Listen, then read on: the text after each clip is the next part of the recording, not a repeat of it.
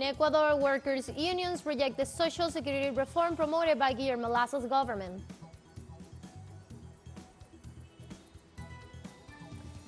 In Russia, Russia stated that it will respond harshly to the decisions of the U.S. to supply the cluster bombs to Ukraine. In Kenya, at least 20 people were arrested on Friday during a demonstration against the government's new tax on oil products.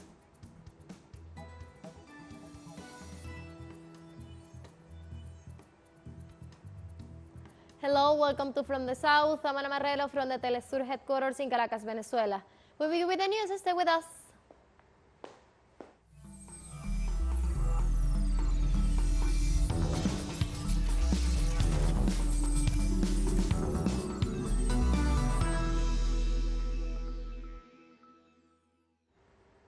Ecuador's organized workers reject the social security reform promoted by Guillermo Lasso's government. Unions describe the reform as criminal and disastrous for the excluding workers and retirees, in addition to threatening the executive with taking to the streets if the proposal is maintained. Workers reject the increase of contribution for athletes from 30 to 35 years and the reduction of the retirement pension proposed by the commission created by the National Executive. That is why we invite Ecuadorians to defend this institution, to defend the homeland, and to tell you, Mr. Lasso, you have already harmed the whole Ecuador, and now the patrimony of the social securities of the affiliates, of the retired and of the farmers, not for the World Bank, through its delegates to tear it to pieces. That is our and of the Ecuadorians. In Argentina, 24-hour strike for distant and inner cities buses began on Friday at midnight in Greater Buenos Aires and in other 6 provinces. The strike was called on by the Automobile Light Tram Union in response to bus companies failing to pay what they said were the agreed-upon salary rises. The 6 provinces affected are Corrientes, Entre Ríos, Santa Fe, Formosa, Misiones, and Tucumán. Public transportation in Greater Buenos Aires was complicated even more due to a surprise 4:30 a.m. local time strike on the Sarmiento train line, which connects the cities with the western Buenos Aires metropolitan area. At least 6 people were injured on Friday after an explosion at a gas production platform in the Gulf of Mexico. Oil company Petróleos Mexicanos reported that the fire broke out at the Mohanad-Tidin platform and later spread to the compression platform. 328 workers were working at the process center.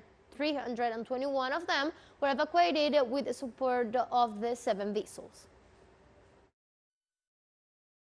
There was an explosion at a gas production platform in the early hours of the morning, which is being attended to. Some people are reported missing. Yes, 3 or 4. Pemex firefighters are there. The Navy is there. It's on the coast of Tabasco and Campeche. In El Salvador, the movement of victims of the emergency regime held a rally in Plaza Salvador del Mundo in the Salvadorian capital to demand the release of their relatives.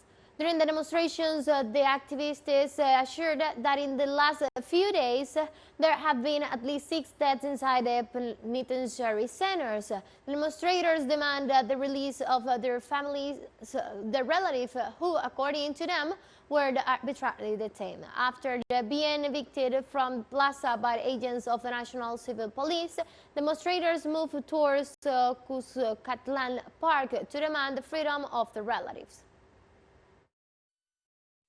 It is not true that there is peace in El Salvador. The Central American Games have served Bukele to hide the truth, to hide the suffering of his family.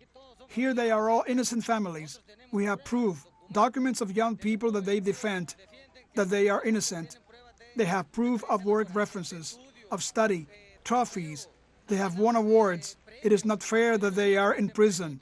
We take advantage of this day that there is also a national holiday and that the Central American Games continue and that they are the last ones, to tell the world that it is not true that there is peace in the country.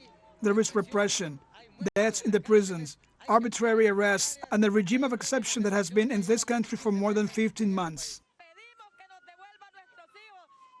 We ask for our children back, mainly because I am a grandmother who lives alone. My son works for me. I already owe 2 months' rent because I'm sick and I can't pay. They won't give me a job because of my illness. I hope they listen to me. I have my documents here, my documents that show that I'm going for surgery and I can no longer work because of the illness I have, Mr. President. I hope you listen to me. He's the only son who really works for me. Although he doesn't have a steady job, he's the only one who responds to my expenses.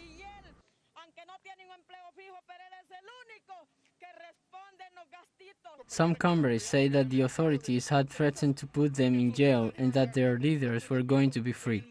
I repeat, in Movir there are no leaders, there are no bosses, and there is no command structure. Here we activate ourselves in a WhatsApp group and they say, Cambres, we do this and we take a tour and we do it. They threaten to put us in jail and the others will go free. I don't think that the 45,000 innocent people they might have are enough for them. I come back and say, I can applaud them for having captured many criminals, but it is time for the prosecutors and judges to do their job, the public defenders to do their job. Let's take a short break, but remember you can now follow us on our TikTok account teleSUR English, in which you will be able to see news in different formats, news updates, and more. Stay tuned for more news.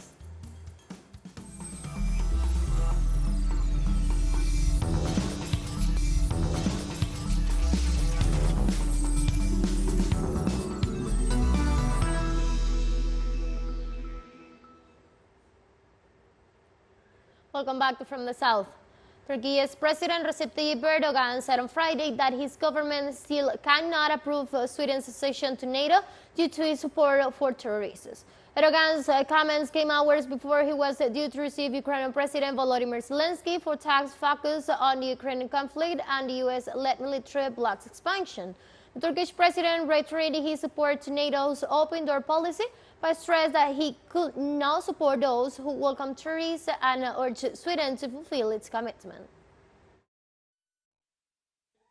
Very few partners have made the contributions that Turkey has made to the NATO alliance in the last 71 years.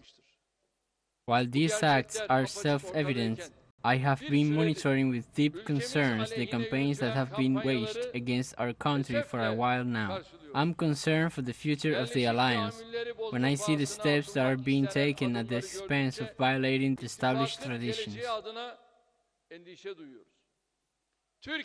How can Turkey trust a country where terrorists are roaming its streets? How can a state that does not distance itself from terrorist organizations contribute to NATO? How can those who do not fight terrorism fight the alliance's enemies?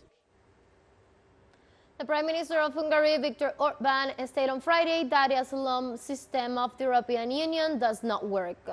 During a migration summit held in Austria, Orbán stressed that Budapest protects Europe from illegal migration. According to data, during the last 330,000 people were detained in an irregular situation at the European border. 270,000 of them in the border areas between Hungary and Serbia. Orbán stated that they do not accept the obligation to build ghettos and camps for migrants because they are working to find a legal and political solution to avoid adopting the decisions of Brussels.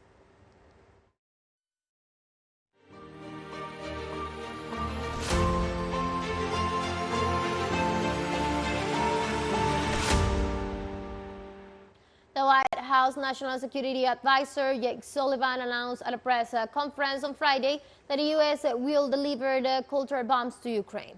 While the United Nations promotes the prohibition of this type of ammunition because of the potential damage to the civilian population and rejects its use on the battlefield, the U.S. approved the delivery of the cluster bomb to Ukraine in the middle of the armed conflict with Russia. The U.S. officials assured that Kiev will use the ammunition on its territory, trying to minimize the risks to the Ukrainian population.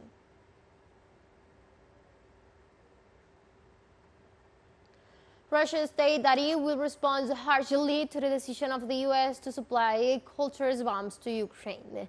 In this regard, the head of the Foreign Affairs Committee of the Russian Upper House, Grigory Karasin, urged the international community to become aware of the situation, which is becoming increasingly alarming and raises serious concern about where the conflict is degrading to.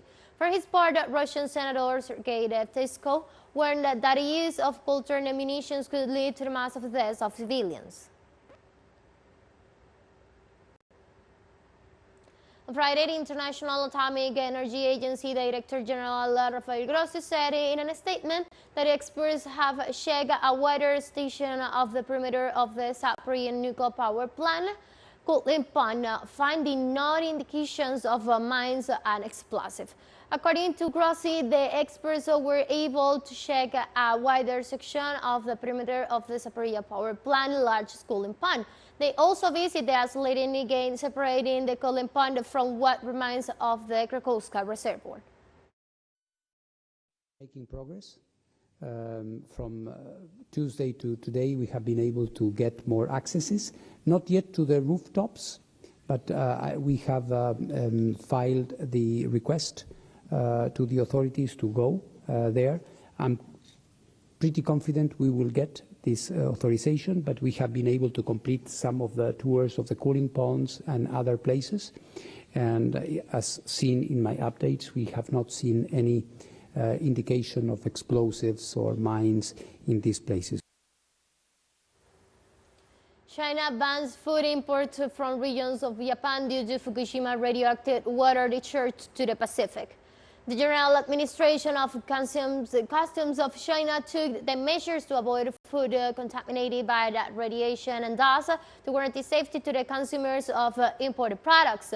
The agency points out that the control of documents will be reinforced and exhaustive inspections will be carried out, especially with products that come from the sea.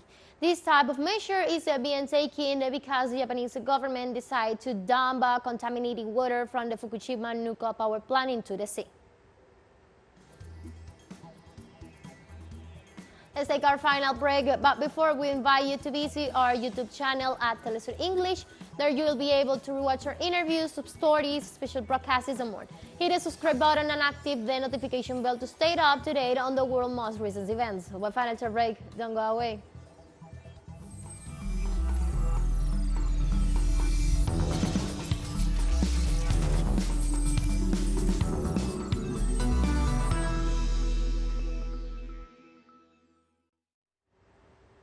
Welcome back. At least 20 people were arrested on Friday in Kenya during a demonstration against the government's new tax on oil products. Hundreds of people attended the call for the demonstration in Nairobi, in the coastal city of Mombasa, and in the port city of Kisumu. The demonstrators also demand stability for salaried workers and companies. Police forces dispersed the mobilizations with tear gas bombs, saying it was to prevent the blocking of streets. This life? This life has become so hard. As it is, I'm tired. Please lower the prices of petrol. Today, I'm protesting because of petrol prices. I'm tired of this life. My wife has run away because of the price of flour and the hard life. I can't even pay rent because of the cost of living. The landlord is always at my door and he needs money, and there is no money. We want him to lower the cost of living so that every citizen can afford food to eat and educate their children. We do not have anything. We are working hard, but there is no money. He wants to tax the little money we have in our pockets. What will we eat? He is increasing taxes on people who have nothing. If one has money, it is okay to be taxed. We have nothing. Our young men can even marry. They are unable to feed themselves. They are earning nothing. How will they feed those? The World Health Organization is celebrating the distribution of the FTS malaria vaccine, describing it as a real breakthrough in child's health and child survival. Additionally, World Health Organization Director General Dr. Tedros Adhanom Ghebreyesus stated that climate change is allowing an increase in the number of mosquitoes carrying malaria-like disease and ratified the safety of vaccines that have already been provided in African countries. Changing weather patterns, mosquitoes that carry this disease are increasing in density and spreading further afield. malaria remains one of Africa's deadliest diseases, killing nearly 500,000 children under the age of 5 every year, and accounting for approximately 96% of global malaria deaths in 2021. The first vaccine against malaria, the RTSS vaccine, has now been delivered to more than 1.6 million children in Ghana, Kenya, and Malawi. It has been shown to be safe and effective, resulting in a substantial reduction in severe malaria and a fall in child deaths. On the other hand, the World Health Organization's Director of Immunization, Vaccines and Biological Products recalled that despite these advances, a child dies of malaria every minute. It's really important to remember nearly every minute a child dies of malaria. And the introduction of malaria vaccine as another tool, an additional tool in the toolbox to fight against the severe disease, the deaths that occur, is a really essential step forward. Malaria vaccine is a real breakthrough in child health and child survival. It's the first vaccine for a parasite. And this is the thing that kills children in Africa and is the vaccine that is in such high demand, with many countries applying for this vaccine. So this is a very positive news story that the allocations are being made. And in Ethiopia, a young engineer and entrepreneur has developed an innovative construction method that has restored to a material that has become a nightmare in today's world. Still, as many startups, is still struggling to get investors. Hayat Hassan is the founder and CEO of Havik, an award-winning company that, with the help of additive, turns plastic into black beans and interlocking blocks, which today are being assembled in a pilot project. So it's like you said, it's mainly plastic waste, recycled plastic waste that that forms into these construction materials. As far as assembly, the idea is for it to be super simple. You would need an engineer, a contractor, and with you have a manual, and the whole point is to get it done with inexperienced workers, obviously under supervision. So it's ease of assembly is there. It's very easy and simple. When it comes to raising money as a startup, it's an uphill battle in the beginning, and it's a very scary thing, especially when it's the first startup that you're forming. In my case, I was very fortunate that I had a group of people, both from family, friends, business acquaintances from the past, that really knew me, really believed in what we were doing, and were willing to give us that initial catalytic seed that we needed to get going. We have come to the end of this news brief, but you can find this and many other stories on our website at telesurenglish.net. You can also see us on our socials. We're on Facebook, Twitter, and on Instagram as well. Telesur English, and from the South, I'm Ana Marrero. Thank you for watching.